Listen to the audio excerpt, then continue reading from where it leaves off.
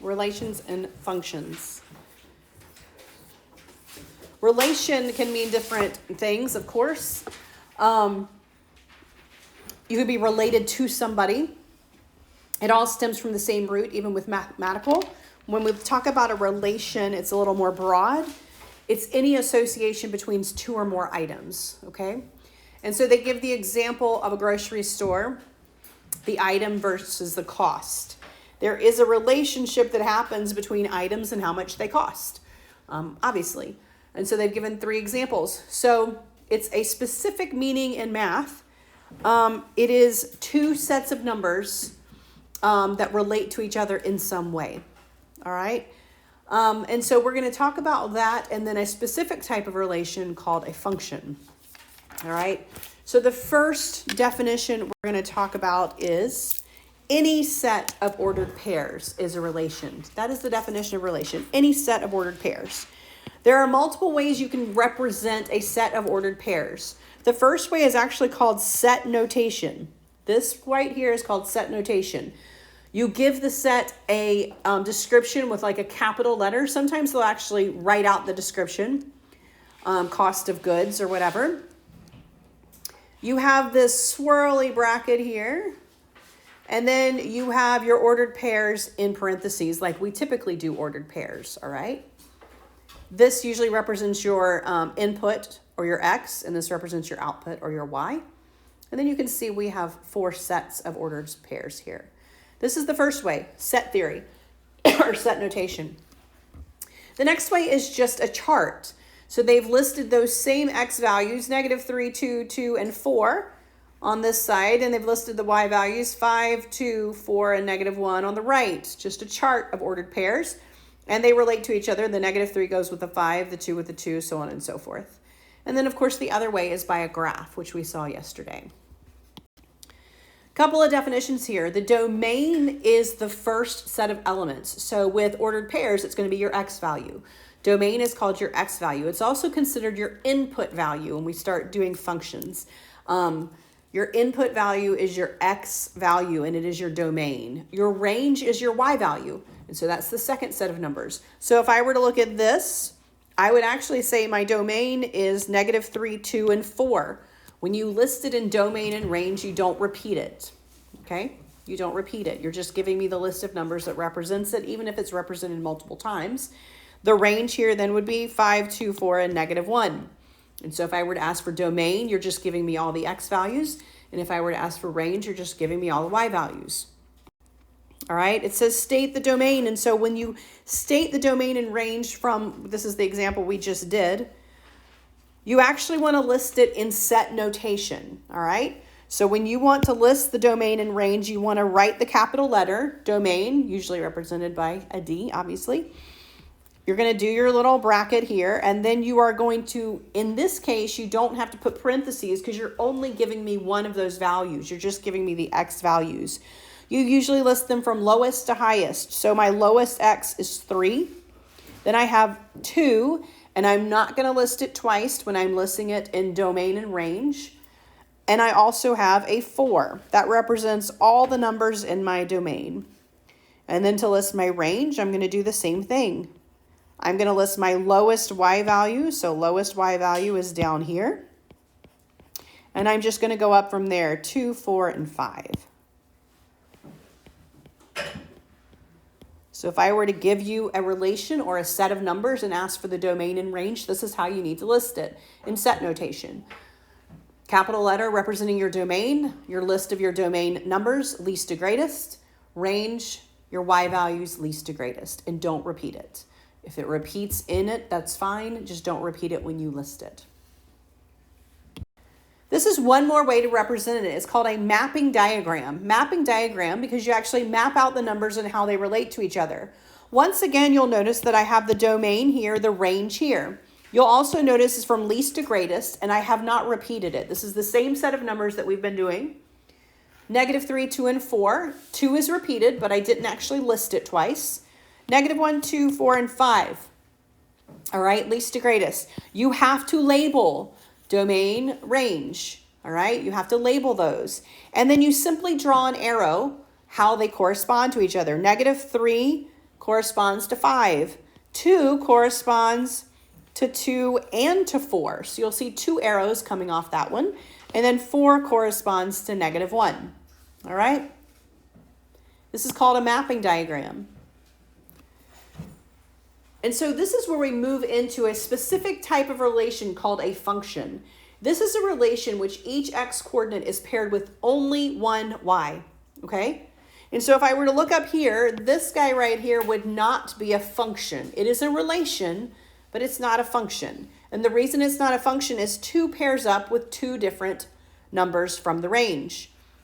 2 pairs up with 2 and 2 pairs up with 4. That excludes it from being a function. I'll go back to the grocery example. When you are ringing up groceries, if you have ever had to do self-checkout, all right? The barcode is specifically related to one and only one price, all right? And so if I grab a box of cookies and I ring it up and I have 4 of the same box of cookies, it should ring up the same price every time I ring it up, all right? If these are $2.50 for my cookies, then every time I ring that barcode, it should generate $2.50. And that is my input. The barcode is my X value. The $2.50 is my Y value, the range, okay? Now, if I were to ring up the same box of cookies and it gave me $2.50 for one time and $3 for the next time, we have a problem. It's not a function and something's messed up. Now, that does not mean it can't go the other direction. I can buy a box of cookies for $2.50 and I can buy the second box of cookies for $2.50 and then I can actually buy a loaf of bread that is also $2.50. So it doesn't matter if some other X gives me the same Y, but all of the X's need to have only one Y. The Y's can go to multiple X's. So meaning the barcode should only generate one price, but it doesn't mean other items don't cost that same price. All right. So you could have arrows going to the same Y from different X's, but you cannot have one X giving me 2 different Y's. That is what excludes it from being a function, all right? And so a function is a one-to-one relationship from X to Y. And then that is a special type of relation called a function. And so this says to write a set of ordered pairs and draw a mapping diagram. Then we're going to tell whether or not it is a relation or a function. We know it's a relation rather, but is it a function, all right? And so we're going to do exactly what they did before. We are going to do a mapping diagram. And so we're going to draw a circle for our domain. We're going to draw a circle for our range. We are going to label it domain and range. You will also see these done with rectangles as well versus circles. It doesn't matter. I am going to list my X values from least to greatest. So I'm going to say 1, 2, and 3. And I'm going to list my Y values from least to greatest. So that is 7, 8, and 9. And then I will draw an arrow from my domain to my range. My 1 corresponds to the 9. And so I'm going to draw an arrow from 1 to 9. My 2 corresponds to 8. And my 3 corresponds to 7. And then they want me to tell, is this a function? Well, each of these only have 1 coming off of them. They each go to 1. So yes, this is a function.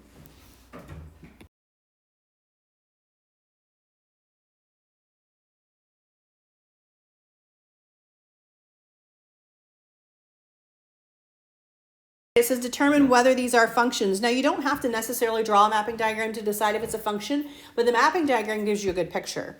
All right, one of the ways you can tell if it's a function is you can look at your X values. If it's listed like this and your X repeats, you probably don't have a function. So I have -3, 5, 2, 2, 2, 4, 4, -1. We have a problem. If I were to draw that mapping diagram, I would have an arrow coming off of the 2 twice. It would go to 2 and to 4. So I would say this guy's not a function. If I look at this, 0, 4, -1, 2, 3, 4, -4, 3. While I have 2 Y's that are the same, all of my X's only have 1 value. And so if you look at these mapping diagrams, you can see, here's my problem. The 2 goes to 2 and the 2 goes to 4. This relation is not a function. Here, if I look at this one, while the 4 has 2 different arrows coming to it, that is not a problem. Each of these only has one arrow coming off of it. So the mapping diagram often gives you a good picture as to whether or not you have a function. All right, and so this guy is not a function and this guy is.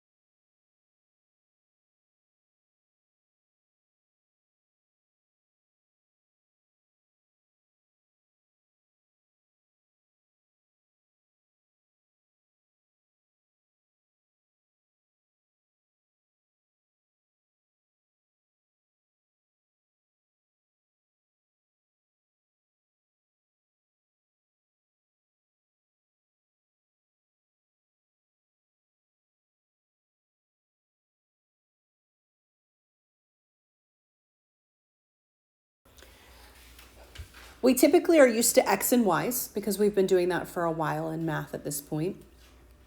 And so the function notation actually replaces your Y with f of X.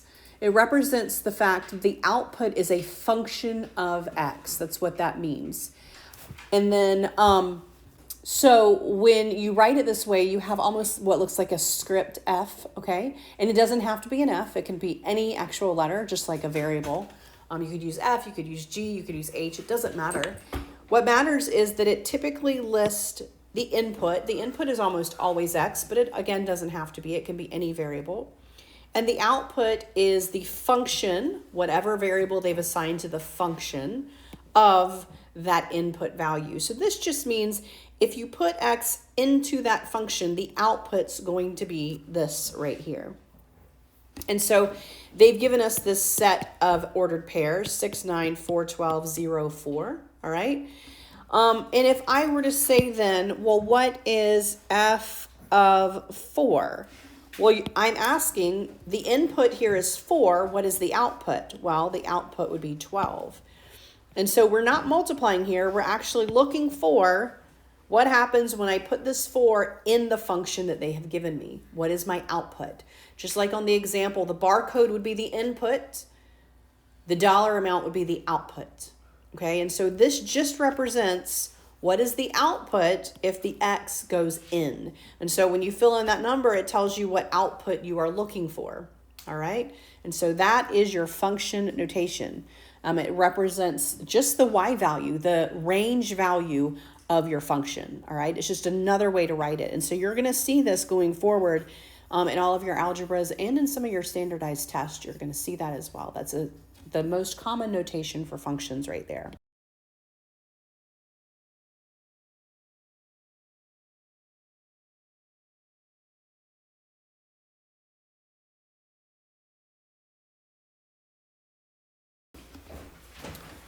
So just like we saw before, when you have a set of ordered pairs, you can graph them on a coordinate plane. And so when you just have a set of ordered pairs, it just looks like dots on the coordinate plane, right? But when you have a continuous function, right? Sometimes continuous functions can look like a line. Sometimes they can look like this. The example here is baseball for my baseball fans. Everybody knows that whatever you throw up comes back down, okay? And so this is actually a quadratic equation. You'll get into those later in this year. But these equations represent arcs. Usually it's something called a parabola. And so if you throw a ball in the air, it's going to hit a peak of some sort, and then it's going to come back down. And there's actually a function that will represent where that ball is in the air given a certain time. And so in this example, they are using time and height of the ball. You'll see that the ball started at 0 seconds, meaning before it was thrown, it was at about 6 feet. My guess is because we have a player with his arm up in the air. This is the starting of the ball. It was thrown up 20 feet. At 1.5 seconds, it was 20 feet in the air, and then it came back down after 3 seconds, where someone else likely caught it. All right, so this function represents where the ball moved and how it moved, time versus height, okay? And so the input here would be the time, the seconds. The output here would be the height of the ball, all right? And this is a graph that represents what happened, all right? Now, graphs don't always look like what's actually happening. So you can actually picture a ball going in the air and coming back down. And so the graph nicely represents that. It doesn't always represent that because sometimes it's not following, it could be distance and time. And so maybe you're traveling from home to a certain point. And so that's going to be continually going up your distance away from home, even though that's not what it looked like when you were actually traveling. You're not really going up a hill, but it represents how far away from home you're getting over time.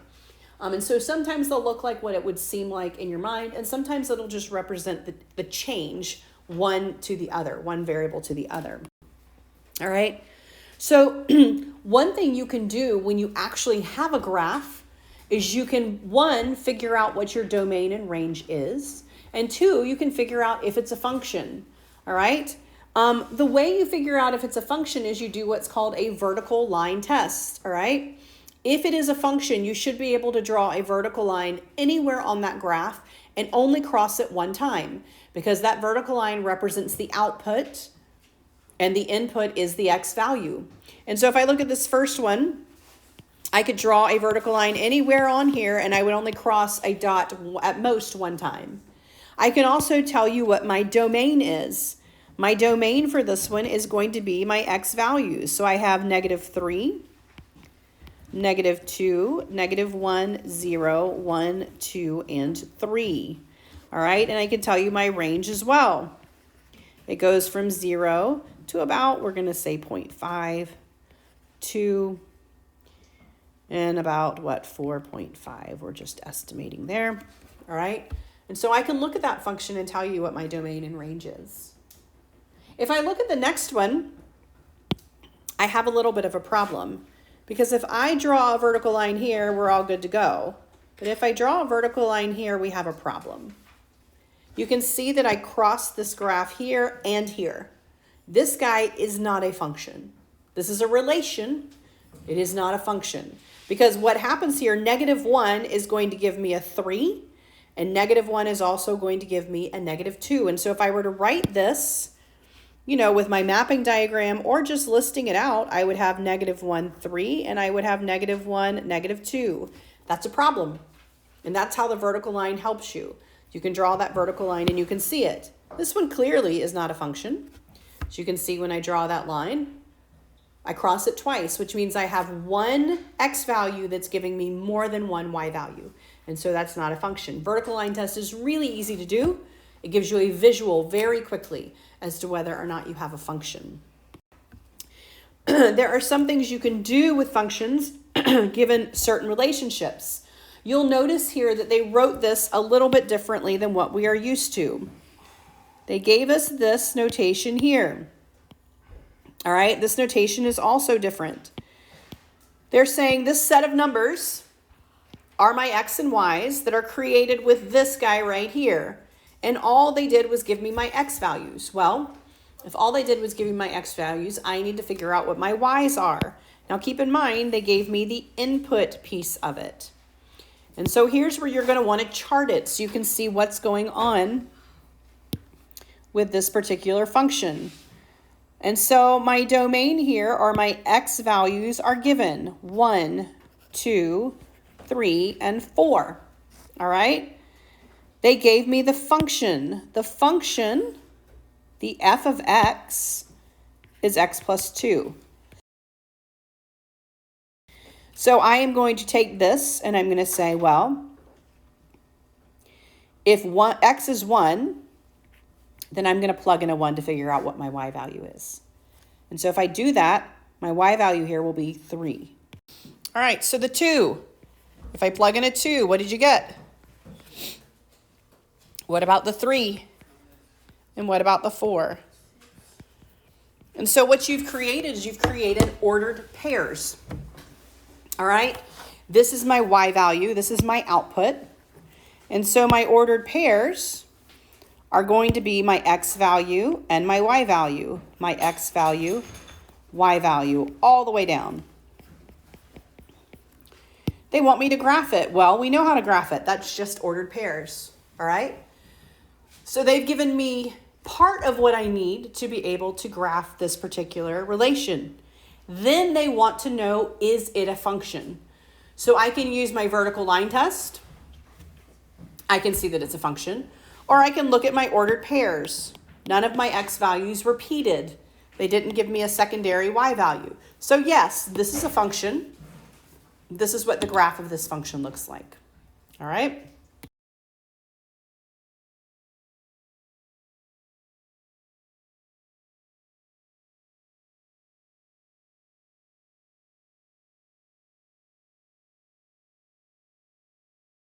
Let's look at this one. Same thing. They want me to graph this and tell whether or not it is a function. Now you'll notice that when they did this, they have this positive or negative guy in front. So this is actually going to be a little bit different when we do this one. So I have 3 x's here. 1, 4, and 9. All right. My function that they gave me is positive or negative square root of x. And so my output's going to look a little different. If I plug this in, positive or negative square root of 1, that's going to give me 1 or negative 1. If I plug in positive or negative square root of 4, that's going to give me 2 or negative 2. Positive or negative square root of 9 is going to give me 3 or negative 3. This causes a problem. Let's look at the graph. 1 gave me positive 1 and 1 gave me negative 1. 4 gave me 2 and negative 2. 9 gave me 3 and negative 3. Is this a function? No. I mean, you can look at the vertical line test or you can look at your x and y values. We have a problem. Input and output gives us a problem there. All right, try this one. For each graph relation, give me the domain, the range, and tell me whether or not it's a function.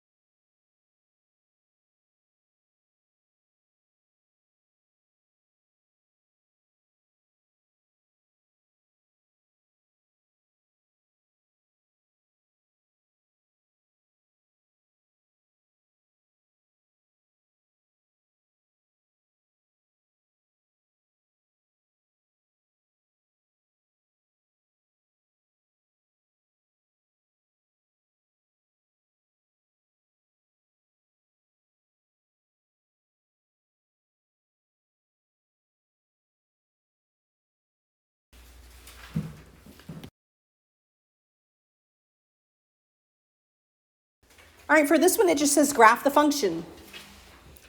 It does not tell me what to put in. It does not tell me what to put in, all right? And so this means this is a continuous function. If they don't tell you, you can assume, unless there's other limitations, which we'll talk about later on, that you could put any x in there, which means you could really put for anything from negative infinity to positive infinity in here, and it would work. Now we're going to get to some functions where that's not necessarily true, but for this particular one, it is true. And so when this happens, you want to try to get a good picture of what's going on because you are actually going to connect these dots and it's going to form a picture or a graph like we had at the beginning of this section. And so you want to make a chart again, but in this case, you get to pick your own numbers because it doesn't tell you So when I do this, I typically pick a couple negative numbers. I always pick 0. And then I pick a couple positive numbers. This helps me get a picture of what's going on with the graph. And the more we do this, there's certain things that you're going to look for in specific types of graphs. So for my x value, I'm going to pick maybe -3, -2, 0, and then I'll pick 2 and 3 as well. I need to plug that in. My function is -x squared. And so I need to know what that y value is. So I'm going to plug it in. -x is -3, and I'm going to square it. Remember, you square -3 first, and then you take the negative. So -3 squared is 9, and then you take the negative in front of it. That's going to give me a -9. -x squared, I'm going to plug in a -2. -2 squared is 4, and then I apply that negative in front. 0, you don't have a -0, so that's just 0. Plug in a 2. 2 squared is 4. Then plug in a 3. 3 squared is 9. Apply that negative, all right? So I have a set of numbers here that I can graph. My first set is -3, -9. So I'm going to go to -3 and down to -9, and I'm going to plot that point. -2 gave me a -4, so I'm going to plot that point. 0 gave me 0, 2 gave me 4, and 3 gave me -9. All right? And so you can see I have this picture. The graph goes up and then back down. It appears to be a function, right? Every x is giving me a unique value. It's not like it gave me a positive or negative value for x and y. And you can see that it's going to do kind of like the baseball did at the beginning. This is actually a parabola as well. The difference is I'm connecting these dots. If it does not give me a specific domain, like 1, 2, 3, 4, I'm going to assume that it's every number in between. Meaning I could have picked 0.5. I could have picked -1. I could have put -1.5. I could have picked 2.7. It didn't give me any limitations on what I could have picked there. It does not have to be integers. It's every single number in between. And just like the number line on our last test represents all the numbers in between those numbers that you see on the number line, so does this guy. And so by connecting those dots, you're telling me not only is it the 5 values that I chose, it is also every number in between. Because one person could have chosen -3, 2, 0, 2, and 3, and another person could have chosen -15, 1.5. Like, it doesn't matter, right? You could choose any numbers. Now, the reason I do positives, negatives, and zeros is that typically will give you a picture of if the graph is turning like this particular graph turned. But you really could pick anything.